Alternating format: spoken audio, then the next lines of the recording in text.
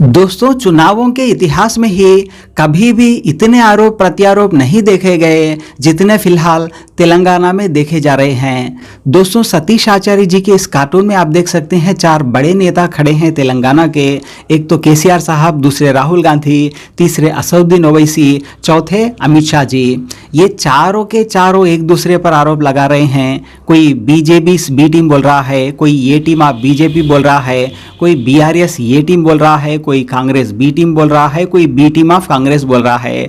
यानी चारों के चारों नेता चारों पर ये टीम बी टीम सी टीम होने के आरोप यहाँ पर लगा रहे हैं, जिसकी वजह से यहाँ पर जो वोटर है, जो ईवीएम के पास वोट कर रहा है, वो बेचारा सर पकड़ के खड़ा हो गया है। उस बेचारे को समझ में नहीं आ रहा कि भाई ये सारे नेताओं में से कौन किसकी ये टीम बी टीम सी टीम है। और यहाँ पर मोदी जी मजाक करते हुए दिखाई दे रहे हैं A+B² का फार्मूला बोलते हुए, जिसको रॉन्ग तरीके से उन्होंने बोला था। A+B*² करे तो वो वाला वीडियो काफ़ी वायरल हुआ है, आपने देखा होगा। तो दोस्तों, इस बी टीम के इश्यू पर आप क्या सोचते हैं?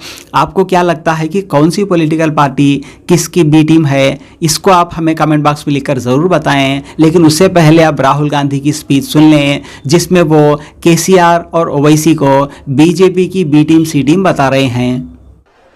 मेरे ऊपर 24 केस है, ठीक है, 24। एक असम में, गुजरात में, उत्तर प्रदेश में, बिहार में, महाराष्ट्र में, हर जगह मेरा कोई ना कोई केस है। कभी मुझे कोर्ट यहां बुलाता है, कभी वहां बुलाता है, कभी यहां ले जाते हैं। उसके बाद जेल का सेंटेंस हो गया।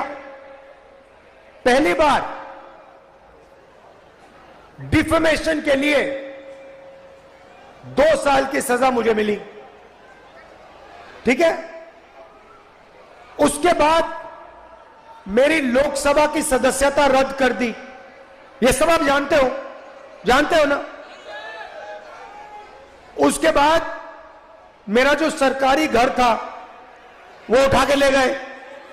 मेरा जवाब भी आप जानते हो, मुझे आपका घर नहीं चाहिए, ले जाओ उठा के अपना घर, मुझे नहीं चाहिए ये घर। मेरा घर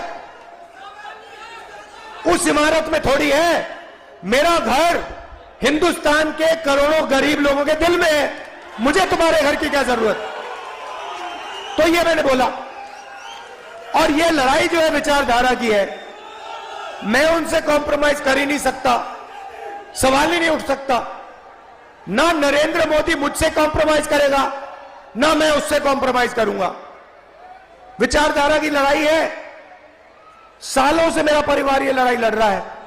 जवाहरलाल नेहरू, इंदिरा गांधी, राजीव गांधी, सोनिया गांधी, मैं और प्रियंका। अब मैं आपसे सवाल पूछना चाहता हूं। मेरे ऊपर 24 केस, ओवैसी जी के ऊपर कितने केस?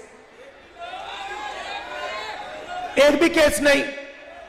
मेरे ऊपर ईडी, सीबीआई, जो भी एजेंसी है वो 24 घंटा मेरा पीछा करते रहती है। ओवैसी जी के पीछे कौन सी एजेंसी है? ना ईडी, ना सीबीआई, ना इनकम टैक्स। खुला रास्ता दे रखा है नरेंद्र मोदी जी ने। तो सवाल उठता है कि ओवैसी जी पे एक भी केस क्यों नहीं? ओवैसी जी की सदस्यता रद्द क्यों नहीं हुई? ओवैसी जी का घर क्यों नहीं लिया गया? क्योंकि ओवैसी जी नरेंद्र मोदी की मदद करते हैं। सीधी सी बात है, सीधी सी बात है। मैं आपको बताता हूं, असम में चुनाव होता है, एक तरफ बीजेपी, एक तरफ कांग्रेस पार्टी।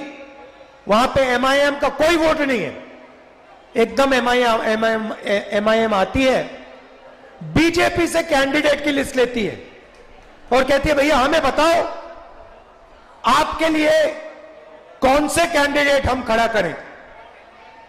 और जो बीजेपी कहती है वो सारे के सारे कैंडिडेट्स एमआईएम असम में खड़ा कर देती है। महाराष्ट्र में, असम में, राजस्थान में, मध्य प्रदेश में, छत्तीसगढ़ में, गोवा में, जहां भी ये कांग्रेस पार्टी को डैमेज करने का काम कर सकते हैं, और बीजेपी की मदद करने का काम कर सकते हैं, ये हाजिर हो जाते हैं, खड़े हो जाते हैं वहां पे सामने, ऐसे सैल्यूट करते हैं, कहते हैं मोदी जी हमें बताइए कौन से कैंडिडेट देने, हम देते हैं, आपकी मदद करते हैं। तो ये लड़ाई हो रही है। देखिए मेरे 2 लक्ष्य हैं। सबसे पहला लक्ष्य, बड़ा लक्ष्य, जो मैंने आपको पहले कह दिया, मोहब्बत का देश है, देश में नफरत को मिटाने का मेरा पहला लक्ष्य। अब वो काम पूरा करने के लिए नरेंद्र मोदी को दिल्ली में हराना होगा। उसके बिना यह काम नहीं किया जा सकता।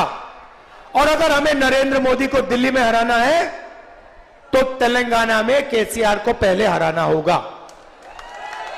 भाइयों और बहनों, ये एक ही टीम है, ये 2-3 टीम नहीं है। यहां पे बीआरएस, बीजेपी और एमआईएम एक तीनों मिलकर काम करते हैं, तीनों मिलकर काम करते हैं। मुझे बता दो, आपके चीफ मिनिस्टर पे कौन से केस हैं?